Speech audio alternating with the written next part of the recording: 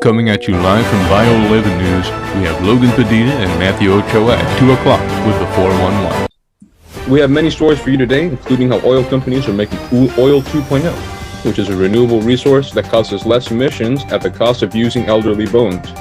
Industry leaders say that elderly people are the closest things we have to fossils, so we're using them for fuel. For right now, we have an on-site report with Jonathan Valencia, who is evaluating the climate in low-income suburban areas. So Jonathan, what's hot on the location? I find that pun in poor taste because temperatures are rising in suburban Southern California and the effects are harmful. Well, what's been changing in these neighborhoods that's been causing these fluctuations? Well, it's not what has changed that's causing the problem, it's a lack thereof. In these low-income communities, oil companies have set up large oil refineries, which have in turn harmed surrounding communities.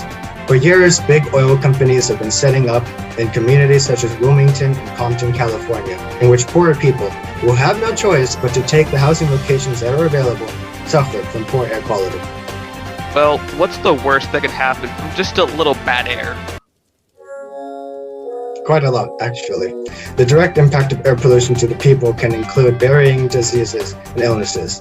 According to National Geographic, some long-term health effects are heart disease, lung cancer, and respiratory diseases, such as emphysema. You don't want these. That sounds really scary. What do we folks do about this? Individually, we can all choose to switch to cleaner sources of energy. For example, you can throw away that gas stove and replace it with an electric one. And you can also get rid of your gasoline car and drive an electric one to reduce CO2 emissions. As a society, we can all advocate to take down these oil refineries in favor of cleaner energy sources such as wind turbines or solar-powered energy. Huge initiatives need to be taken by our local governments to right the lasting problems marginalized groups face. Cool beans. And that concludes our segment for today's news. Join us later on to learn about Oil 2.0 and the Grandma Crisis.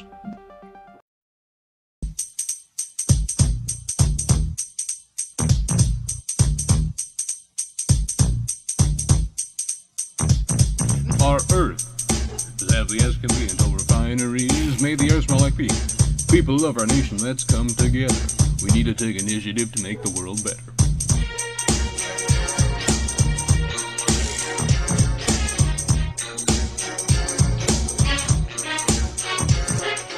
Start off as a fun little cycle. The people need the cars and the cars need the oil. But now we want oil and land for cheap. They say let's trot on the poor and make them weak. People getting richer and richer, but the people at the bottom ain't feeling that glimmer. They use that oil to make the wheels move, and the people at the bottom ain't feeling that glimmer. The air sucks now when people are dying, not only the people but also our earth. I'm tired of all this that smells like pee. Let's clean the air to get rid of the pee smell.